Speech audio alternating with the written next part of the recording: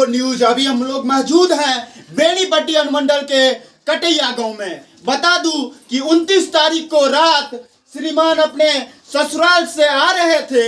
रास्ते में पुलिस की दमंगत में ऐसी दमंगियत की जो ये शख्स अभी बिछावन पे लेटा हुआ है। बता दूं कि वाहन चेकिंग का क्रम चल रहा था, इनको आवाज दिया गया और इनको रोका गया। जैसे ये अपना गाड़ी रोके, आगे की मुर्जबानी इन्हीं के मुंह से सुनते हैं। कैसे आपके साथ यह हादसा हुआ? मैं 29 तारीख को सुबह सवेरे अपने घर को आ रहा था कटैया। मोहम्मदपुर पुल पर जब पहुंचा, कोहरा काफ़ी लगा हुआ था, तो पुलिस वाहन चेकिंग कर रही थी। आवाज़ दिया तो मैं सुना, तो थोड़ा सा आगे बढ़ के गाड़ी रोका। इतने में डीएसपी गौरव कुमार आए और एक लाठी हमारी गाड़ी पे मारा।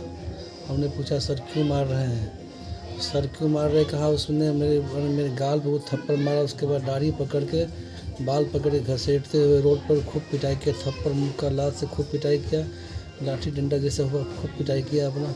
मैं बड़ा बेहोश हो गया। बाद में मुझे ये लोग गाड़ी में डाल दिया। मैं बाद में होश आया तो हम देखे कि मतलब गाड़ी में है। मैं कहा, सर फ़ोन करवा दीजिए घर पर, तो कोई नहीं बात करवाया। तो लास्ट में ये लोग थाने में लाए और एक रूम में बंद कर दिया। और उसके बाद लगभग कुछ देर के बाद डीएसपी गौरव कुमार आए और उसके बाद लात से मेरे पैर पर मारा।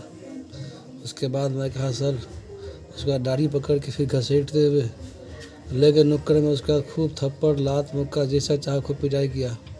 उसके बाद दोनों हाथ पकड़वा के कहा कि इसके मौलवी के गान में वो खूब मारो, है नहीं। उसके बाद खूब लाठी से मेरे चुत्तर पे खूब मारा। उसके बाद कहा खूब पिटाई किया। हवलदार को बुलाया, हवलदार से पिटवाया। मैं चिल्लाता रहा लेकिन कोई सुना नहीं। उसके बाद हमको पूछा, तुम क्या करते हो? हम कहे मौलवी है, मस्जिद में रहते। तो मौलवी हो तो हमें मुल्ला गिरी निकाल देंगे।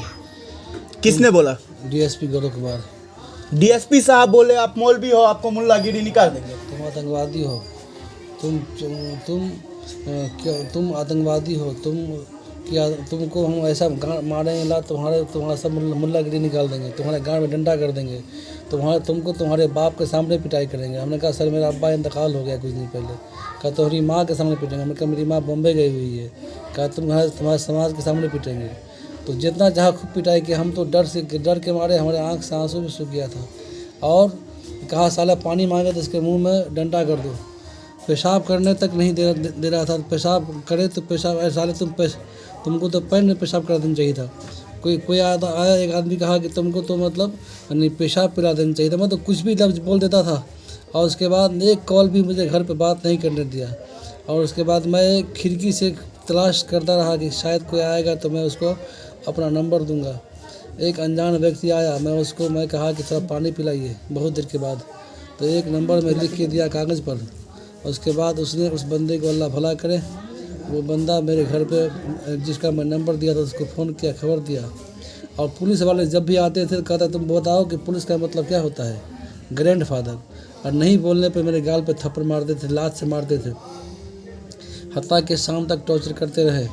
और एक बॉन्ड बनाने के लिए हमको 5-7 मिनट तक मुझसे उसी रूम में रटवाया कि नहीं बोलोगे तुमको और पिटाई करेंगे। तो मैं रटवा करके मुझे रटवाया गया। फिर डीएसपी साहब को ऑफिस में ले जा करके कहा बोलो।